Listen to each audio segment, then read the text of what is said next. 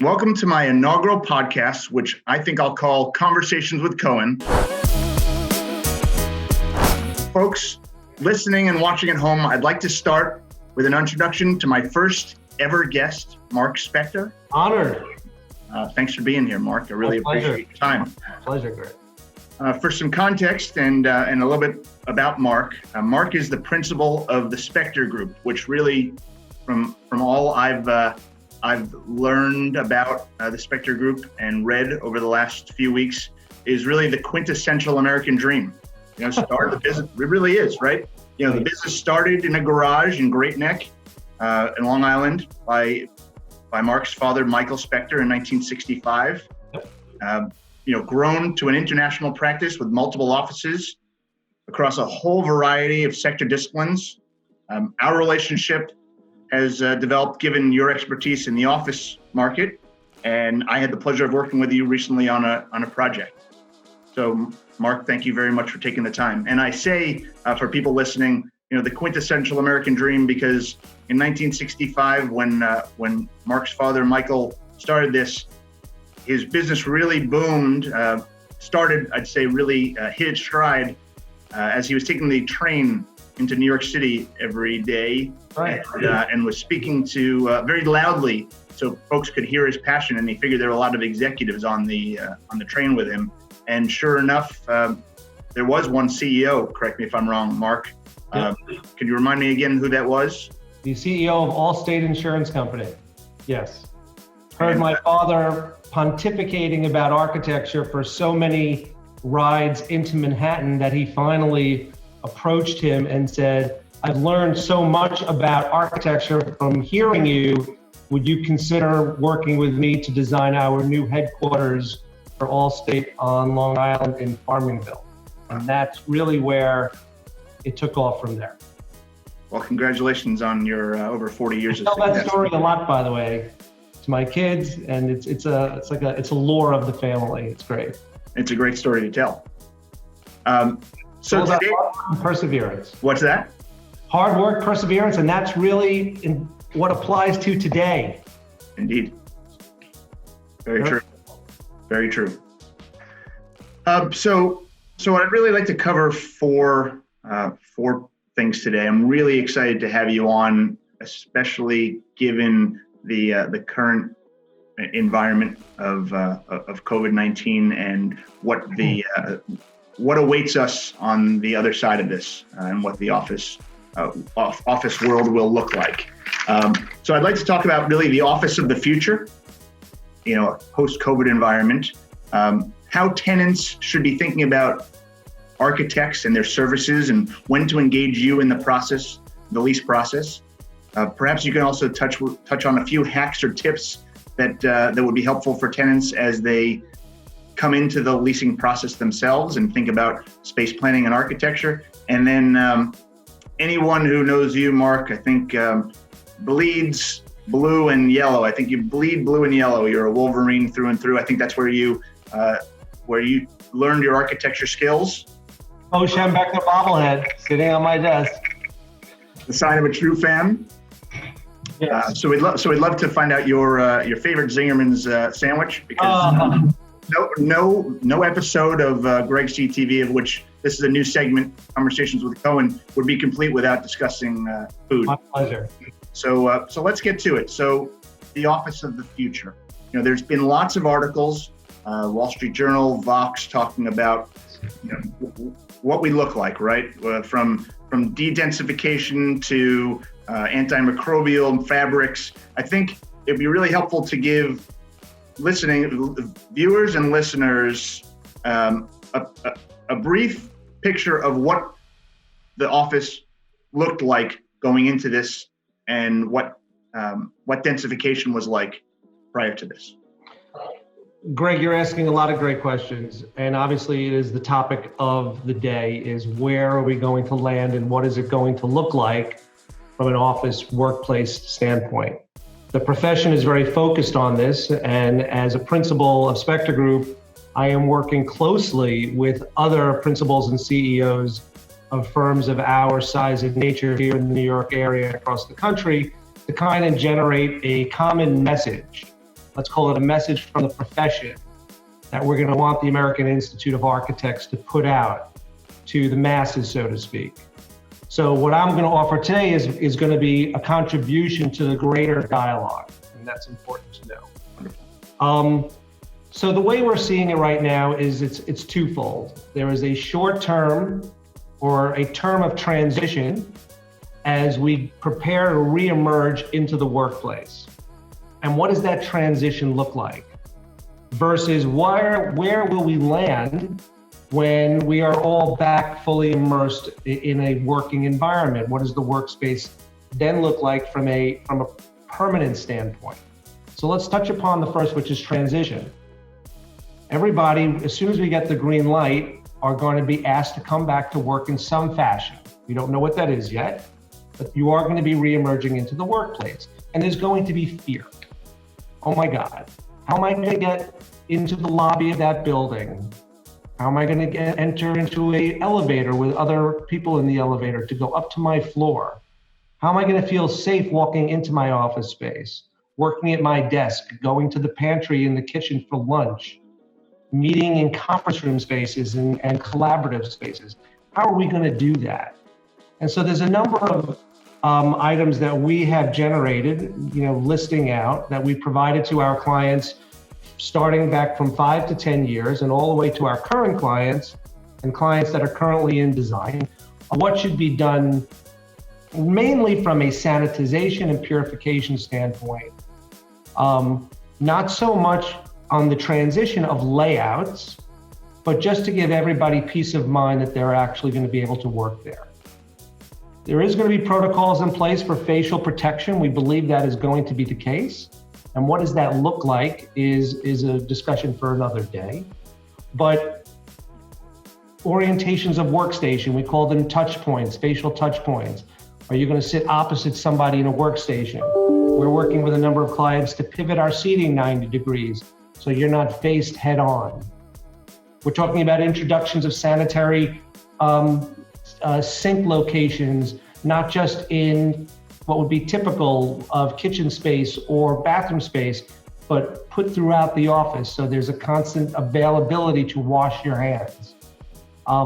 We're introducing purification type plantings, more so than ever now, with our horticulturist teams to bring in those that best detoxify and purify the air environment naturally.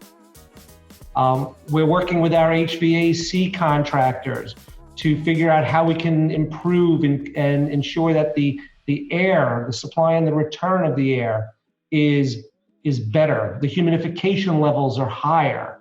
When you have higher humidification, it reduces the spread of infection.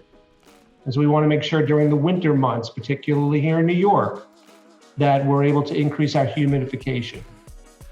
A number of these items, touchless entry points into offices and into conference rooms and into bathrooms, so you simply don't have to touch to open, is going to be a very big move. The move away from handsets of telephones to purely just speaker voice over IP. The touchless economy is what we're going to begin to call it. And that is one of those items through transition that's going to resonate into permanence. So, that's all fascinating.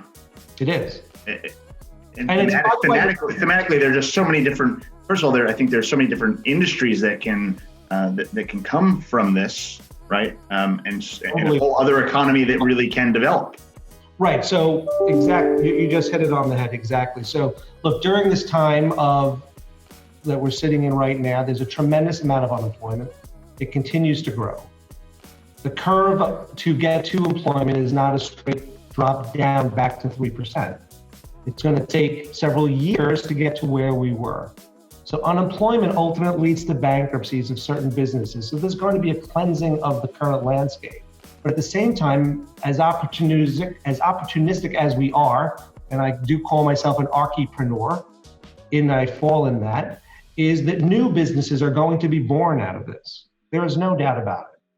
Not just on the purification and the sanitation side, but the technology side, the ability to do these types of conference calls. The security business is going to explode with new technology so you don't have to touch to enter, retina scanning as an example. Artificial intelligence is going to really now kick in, where it was simply perhaps cool and cachet, even for robotics, to walking and taking and delivering items through an office space. That's all going to accelerate. So there's going to be this enormous acceleration as our behaviors and our habits begin to change because of COVID.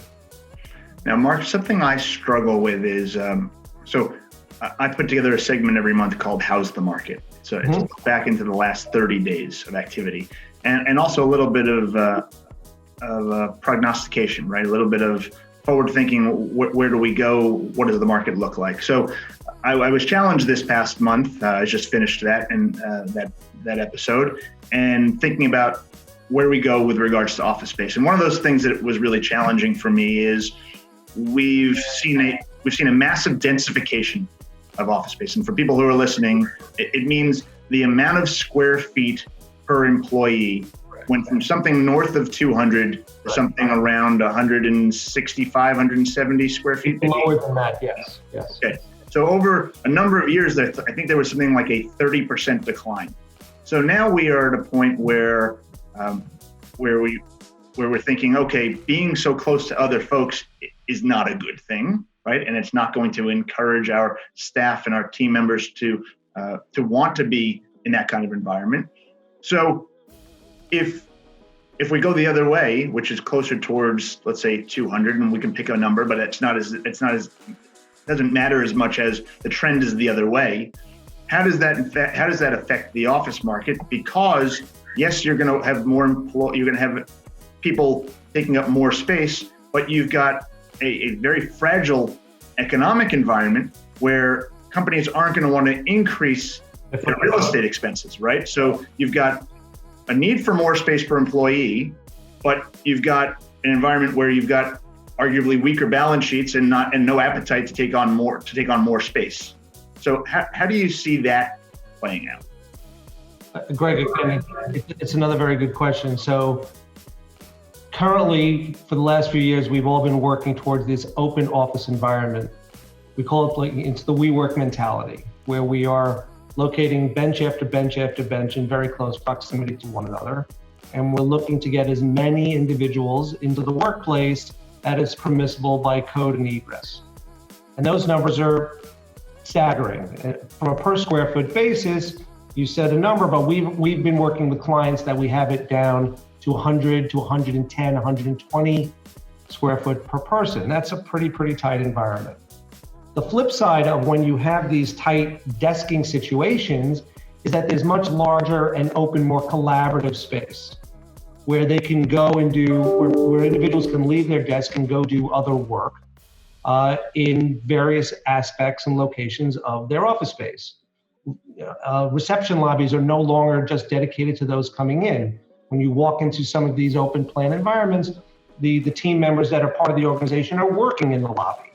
The food offerings and amenities are all part of a lobby experience. So there's a lot of that open collaboration space. What we're going to see perhaps now is the movement back towards what we call the investment banking model, which is a greater square foot per person, north of 200. But a lot of these office footprints that may consider those increase in personal square footage will sacrifice it on what has been used as much larger open collaborative amenity space. So we're not sure yet the greater impact on the overall required rentable square feet that a tenant may need to take, because you're going to be reducing one part of the model to increase the other part of the model holistically in one floor plan. Now, what we're not taking into account is the concept of remote work. Right now, we're all under a forced shelter-at-home remote work scenario. And it's a different situation than what would be typical remote work if we were in a normal working environment. The Spectorgroup has several team members that work remotely from around the country that have been doing so for many years and are completely seamless and integrated into the office culture and environment. It's just that they chose to move but wanted to maintain the relationship with the firm. And so it's been very, very successful for us. What we're seeing now are situations where we're forced to be home. And it's not a true working environment. It's more of a makeshift home office set up in the kids' rooms, seeing the Barbie dollhouse in the background, kids walking around who's supposed to be at school. That's not real life remote working. So yes, I do expect that we are going to see a percentage of teams who may want to have partial home working, or remote working, but there's going to be a thirst of wanting to get back to the touch and feel of human contact and face-to-face communication. And arguably some of the most creative process, right? Effective creative process is through that collaboration on a face-to-face basis. As an architect, for sure, it's all about ideating together with hand, gesticulations and models and renderings and virtual realities and augmented realities. We do that collaboratively. It's very hard to do that remotely. But of course, we will honor those that wish to possibly have a transition of remote 2 days here, 3 days there. Because again, Greg, when we do come back into the workplace, you're not going to bring 100% of your workforce back at the same time. Right. Part of the transition is to do it, as we're going to see it, in 25% increments over the period of time. For tenants who are scared about how they should be preparing going forward, and because there are so many unknowns still, how would you suggest that a tenant engage someone like the Spectorgroup to be able to start planning for the other side of this? So that's another very good question. So the current client base of the Spectorgroup that we are already engaged in, we are having active dialogues in terms of what can we do now for this transition. We have clients that are in design and in documents where we could make those more easily because this construction hasn't started yet.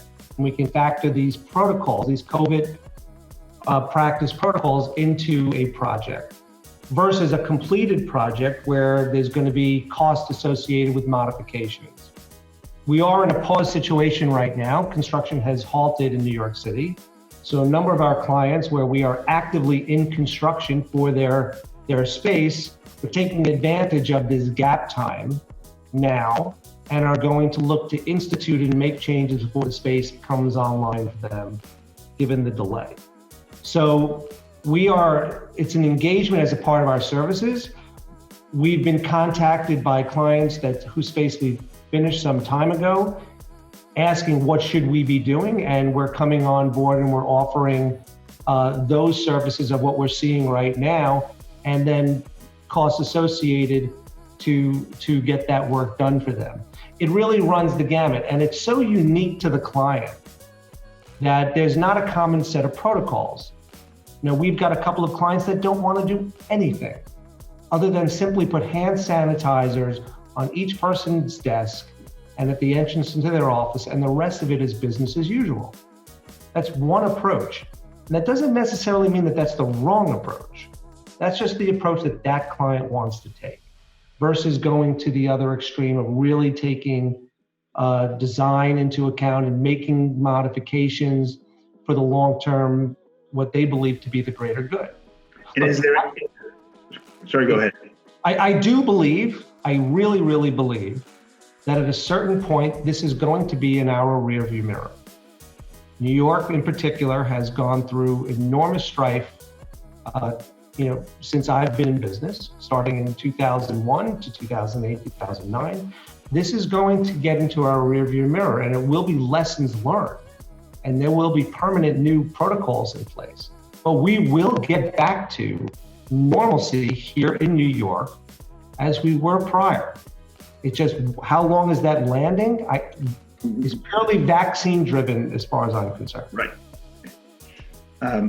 Let's change gears for a moment. So you had spoken about tenants who are in the pre-build process, right? Who are in the design process. Yes. And anyone who has watched my channel, Gregg CTV, would know my idea, my plan is to help tenants in what is in many instances, a very complicated process that often is done for the first time by whoever is given that responsibility. So I was hoping that you could share from the architect's perspective, some hacks or tricks or tips that tenants should be thinking about when going through the leasing process and thinking about space planning, thinking about architecture, thinking about landlord work letters and build out, so that they can avoid some of the potential hiccups, so that they don't sign a lease and then say, oh, I wish I would have known. I didn't know what I didn't know, and now it's too late. So that's another very good question. So we always ask to be involved during the lease negotiation process while it's active between landlord, tenant, and broker, to confirm what the landlord is going to be providing to the tenant is proper and adequate and of market.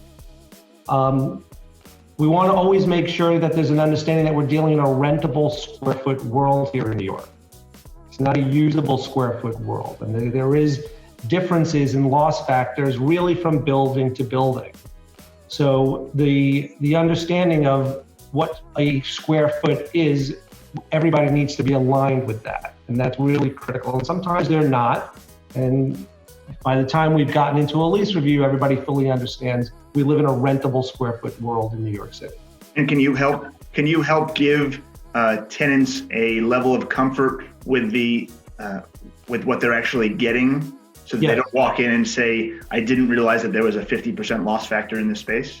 Yes, so Spectorgroup always confirms what we call the REBNY, the Real Estate Board of New York, puts out guidelines for usable square footage. Architects can calculate comfortably the usable square footage on any floor. It is then discussed what is the loss factor, either that the market is carrying, or what is the landlord carrying in that building. It's different. So rentable square footage is a subjective number that can be reset when leases closed out and new leases take place. A lot of time, the rentable square footage number goes up without any change to the floor plan or the footprint of the building. And that's always been perplexing as an architect, but that's really the business of rentable square footage in New York City. So we confirm the REBNY usable, and we back ourselves into a rentable with information provided by brokerage and by the landlord.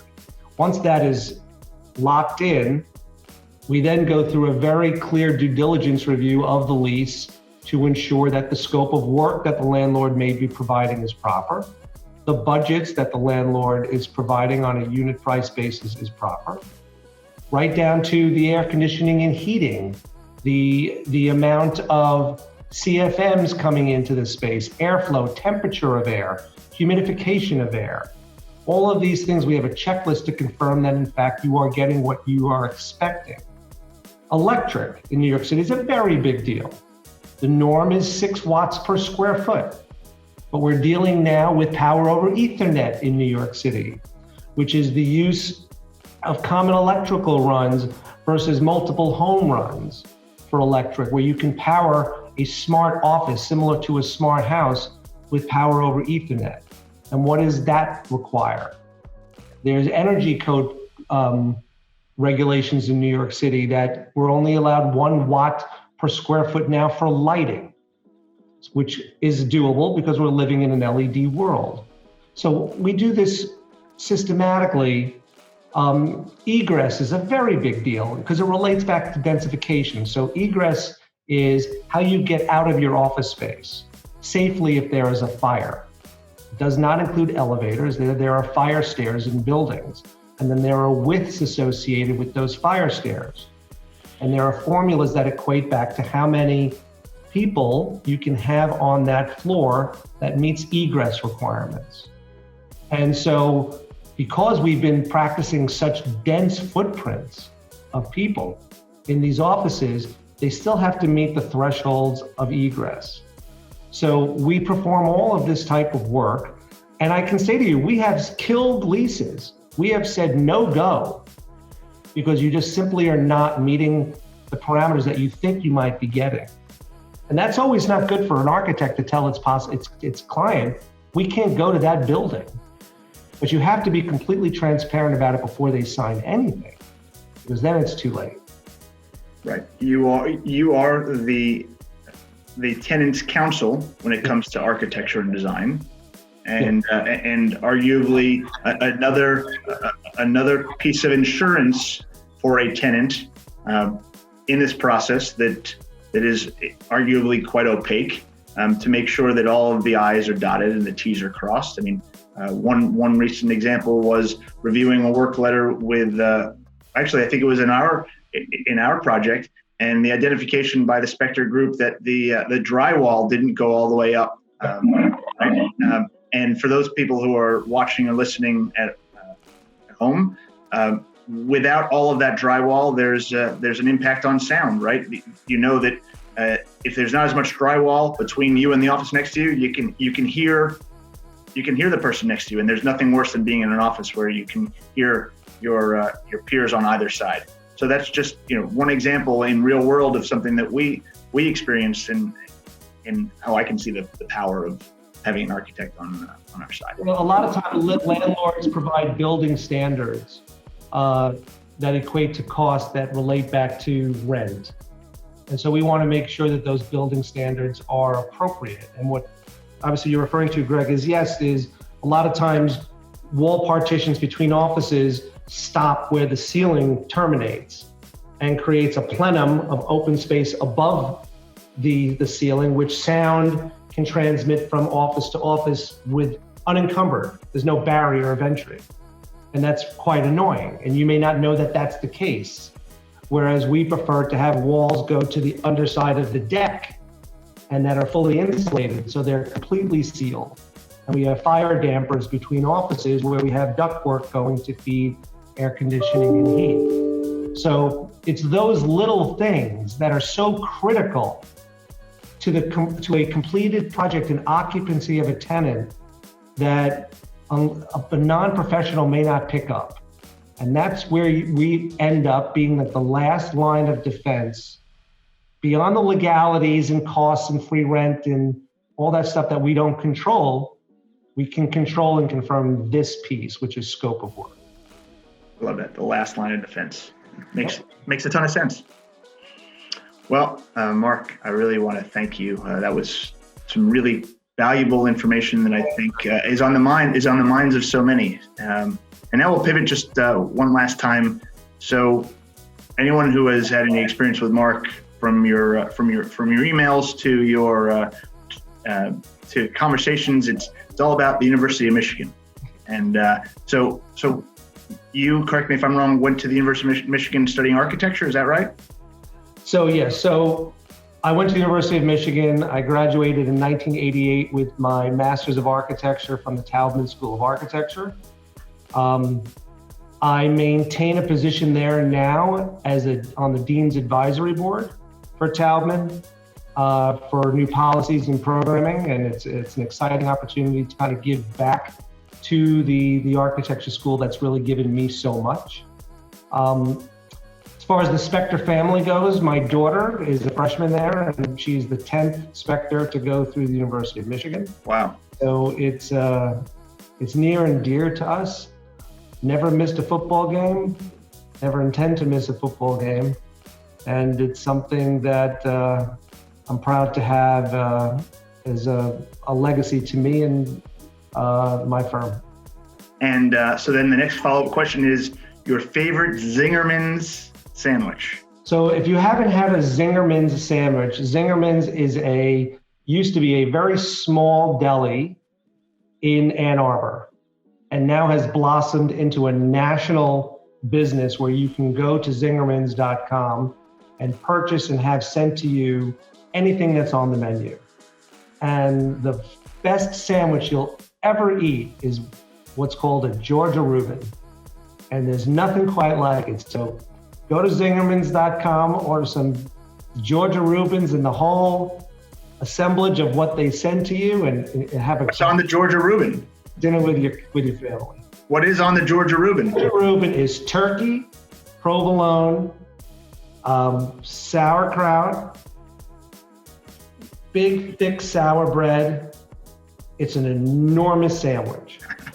And a Reuben typically has corned beef and mustard. The Georgia Reuben is turkey driven. Wow. Coleslaw. Just go order one. And if you order one for me.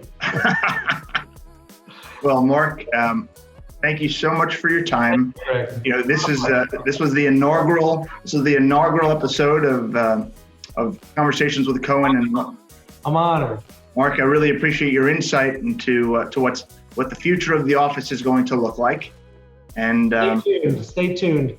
It's going to be a wild ride, but we're all going to get there. I look forward to having the opportunity to speak with you again in a few months to see where we are. Thank you, Greg. And I'll be sure to put all your contact details, a link to the Spectorgroup. Oh, thank you. Of course, a link to Zingerman's, because we got that plug in there. I'll let them know. And we'll speak to you soon, Marc. That's great, Greg. Right. Thank you. Take care. Take care.